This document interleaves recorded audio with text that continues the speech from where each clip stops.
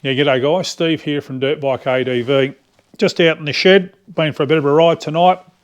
Thought I'd get the camera out and try and wrap up this twin option for me. What twin am I going to buy? I've had the opportunity to go out and test ride an MTX now. Not worried about test riding the Transalp. I know the Honda will be good, but I was a little bit concerned about the Chinese MTX. Went and had a look at it a couple of Thursdays ago, and Paul from Powerhouse Motorcycles showed me around. He was brilliant, and then I went back on the Saturday and took it for a test ride. I'm no bike reviewer, but certainly I'm going to drop some footage in now of me leaving the Powerhouse Motorcycles and just going for a quick ride and doing a bit of a walk around. So I'll drop that in now, have a look at that, and then we'll come back and talk about which twin am I going to buy. This, ladies and gentlemen, is by far the most modern bike that I've ever ridden. This is an 800 MTX. Thank you kindly to the crew to Paul and the crew at Powerhouse Motorcycles here in Pakenham. Absolutely fantastic. They've been really giving me a lot of time and allowed me to test ride the 2025 CF Moto 800 MTX. I literally started the bike 2 seconds before I turned the camera on, so my experience with this bike is very, very limited. Well, zero actually. So we're now about 10 seconds into my experience. Straight up, all the mirrors are adjusted nice, so that's good. Elected to turn the quick shifter off just to ride it as a standard bike, and I've just got it in standard riding mode. You know me, I'm not a tech guy, so I will be just simply cruising around in the standard mode. We might go out and do a bit of gravel. They don't mind us doing a bit of gravel, which is good. But yes, a very nice bike. So I came down Thursday. Paul spent a lot of time with me, went over the bike, and I'll pull up in a minute and have a walk around. But yeah, he spent a fair bit of time with me just going over the bike, and he's ridden one quite extensively and knows the CF Moto brand now. He's been selling them for a fair while, so yeah. But it's bloody cold. I'm shivering already. So straight up, ergonomics are really good. They've got this bike set up perfect. I wouldn't change a thing. Brake height, levers, all good. Beautiful mirrors, as I say. Might just adjust this one down a whisker. That's it. Yeah, so beautiful setup bike. Obviously, it's wider between your legs than the AJP or a dirt bike, but you got to expect that.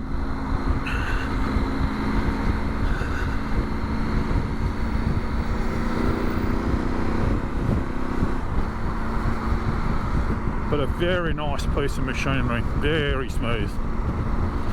After having a good walk around and a good chat to Paul, I was impressed enough to take it for a test ride. I couldn't do it on Thursday, and he suggested coming down Saturday morning, so it's Saturday morning. It's a bloody shame it's so freaking cold. Bloody hell. But it's going to be a nice day. Righto, so I'm going to start talking about the features. Don't expect me to talk about the tech. It's got 3 ride modes, that's all I'm concerned about. Does not feel heavy between your legs, there's no doubt about that.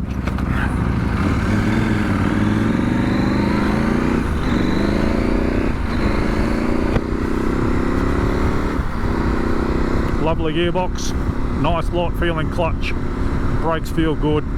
Everything feels really nice, so yeah. Just remember guys, this is coming from an intermediate level rider. I'm not an expert level rider.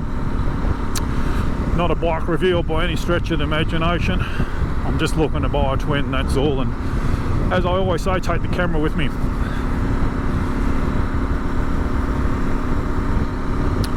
So it's got a fair bit of tech on it. Obviously we've got the 3 ride modes. I think it was that button there. Yeah, rain, standard. rain, and I think there's an off-road mode. I was obviously holding the button for too long. For me, that's probably all I'll use, maybe the cruise control, but I'll set the bike up and you know, I probably won't be playing around with ABS too much or the traction control, but this is right on the limits of the technology I like. The less technology in a bike, the better for me.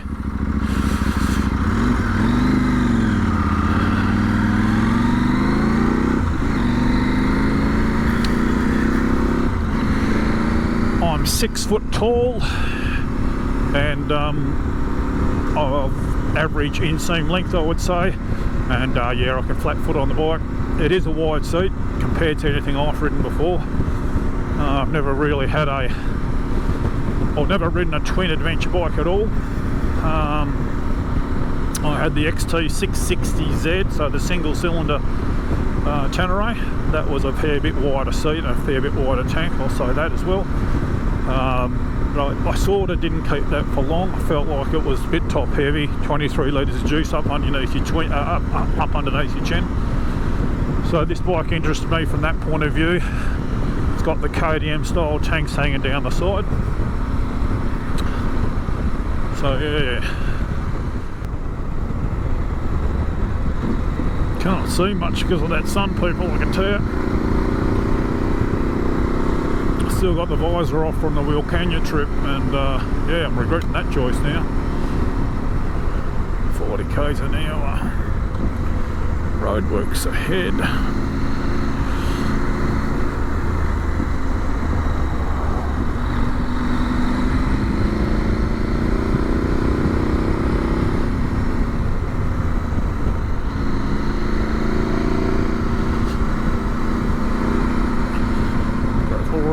That's what we wanted. Albeit very tight, packed gravel road.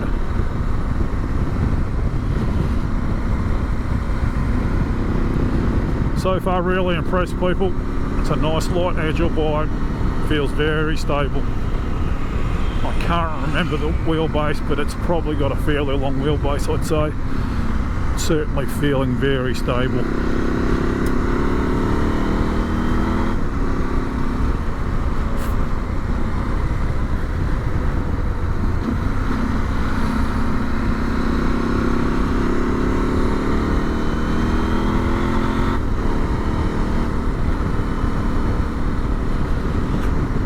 I said earlier, this is a bike that you could easily lose your license on.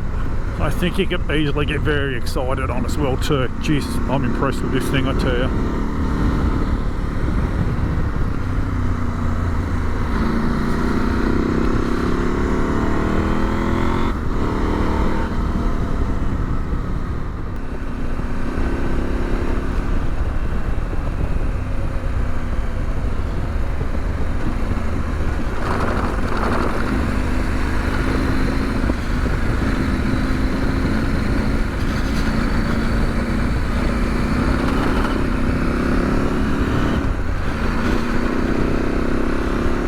One of the critical things in Australia is, to me anyway, is how a bike handles corrugations.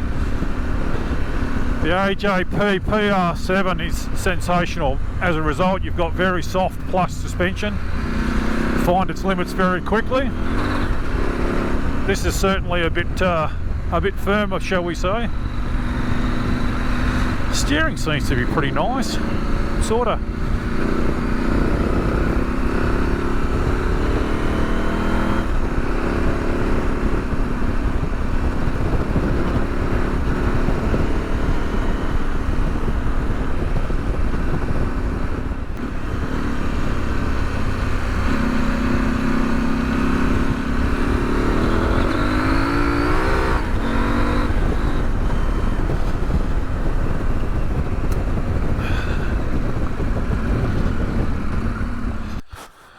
Yeah, g'day guys, Steve here from Dirt Bike ADV. It is actually quite a chilly morning, but sun's coming out. It's going to be a beautiful day.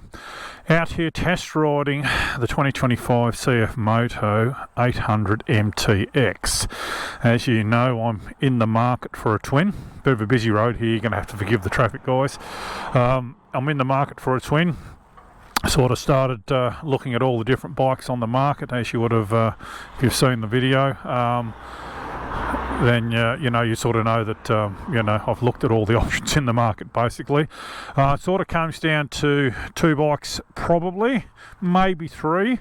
Certainly the CF Moto is the best bang for buck. For me, the Transalp's probably the most practical bike. There, he wants to be on the video, that guy. Probably the CF Moto is the best bang for buck. The Transalp is probably the most practical bike. I don't want a full-on off-road bike. I want a touring bike. I've got the AJP and I've got a dirt bike. I'm in the market for another dirt bike for lightweight adventure riding. So yeah, it's sort of probably come down to those two bikes, possibly the Tenere. The major drawback of the Tenere is the high centre of gravity. Very tall bike, 20 sort of odd litres up high, or 18 litres or something. I can't remember what it is now. Whereas these have the KTM style tanks, and of course this is the KTM 790 engine, and it is a very sweet engine, I'll say that. So yeah, bike handles bloody beautiful, brakes are nice, clutch is nice, everything's good, as you'd expect with a modern bike. Yeah, it's a very nice bike to ride, there's no doubt about it. And I didn't expect anything else, to be perfectly honest. It's just a Chinese bike. Have they got there? Yes. Have they got there yet? And the answer is, of course, yes, they have, definitely. Only one point I'll probably make at this stage is that I would probably buy the tall screen. That's basically it. Other than that, this bike's fitted with the rear luggage racks. I wouldn't bother with those. I just hang my saddlebags off that. That's fine by me. And it's got the bigger bash plate on it as well too. Something the dealer did too. He bought these aftermarket, these pads here, which I think make a lot of sense. They just assume they just glue on there, but yeah, that would make a lot of sense for me for tank bags and that sort of stuff. So they're just an aftermarket product. But the fact that the bike's only been released this month and aftermarket stuff's already available. These are CF Moto racks. That's obviously an aftermarket exhaust and the catalytic converter delete, but certainly with these sorts of CCs and this amount of power, I'd probably just leave the stock exhaust. I wouldn't be chasing any more power. But as I say, guys, it is a very, very nice bike. Have the Chinese got there yet? Absolutely they have. It's a beautiful bike.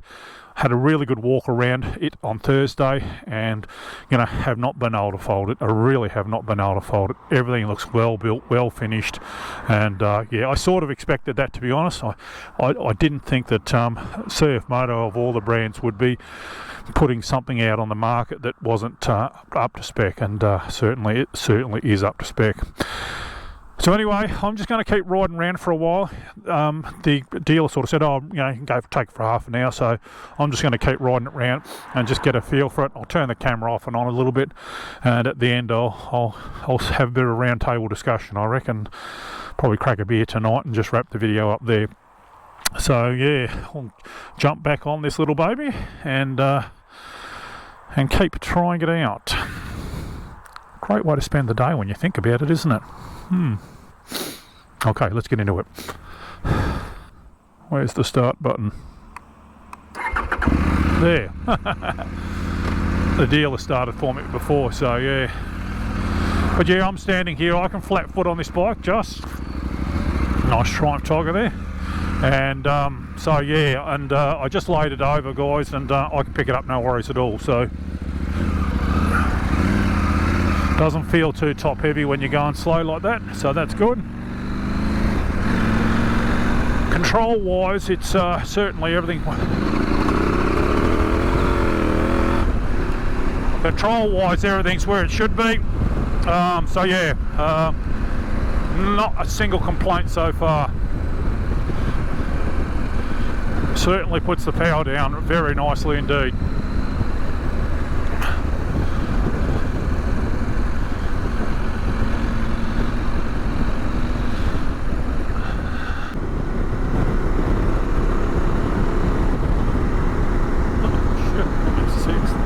Bloody hell. I didn't even realise. I thought I was in about 4th gear.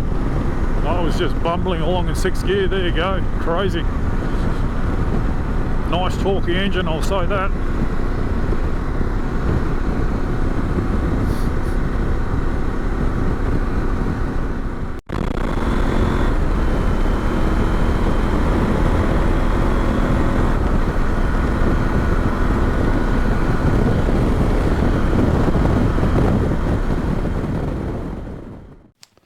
Anyway, sorry for all the waffle there. So yeah, very impressed with the bike, but certainly after looking at it Thursday, I thought, yeah, this bike, this is a solid offering. There wasn't any brackets or things that looked like they were going to break off, or bolts that looked like they were cheap, or anything about it that set alarm bells off. So I expected it to be a good ride, and it was. So yeah. So it comes down to that bike. So that's definitely in my scope of works, and it's probably the best value. The Transalp probably makes the most sense, although, you know, it's a little bit tiny, a little bit more road orientated. Dork in the Road did a really good comparison of the two bikes, of the Tenere and the Transalp at least anyway. And yeah, he talked a lot about the Transalp, and it's just got that little bit more road biased, and considering I've got the AJP, that probably appealed to me. Bang for buck wise, and the MTX wins hands down, and of course it's got the lower centre of gravity with the wraparound tank, so it makes a lot of sense. But at this stage I'd probably say the MTX excites me a little bit more than the Transalp, so it's probably that's the way I would go. But, and it's a big but, do they look particularly sexy to me? Nah, they don't really appeal to me, the Transalp or the MTX. The Tenere, however, I love the look of, and it's the sentimental favourite, and I do love the look of it. And so, yeah, did I get the urge to just put a deposit straight down on one of those MTXs? No, I didn't. Do I get the urge to put a deposit down on one of the Transalps? No, I didn't. I think in all seriousness, I probably need to go ride a Tenere and see how top heavy they are.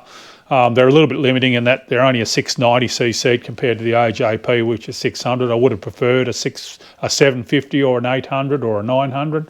But anyway, probably just due diligence tells me I should probably go ride a Tenere. I might be disappointed if I don't.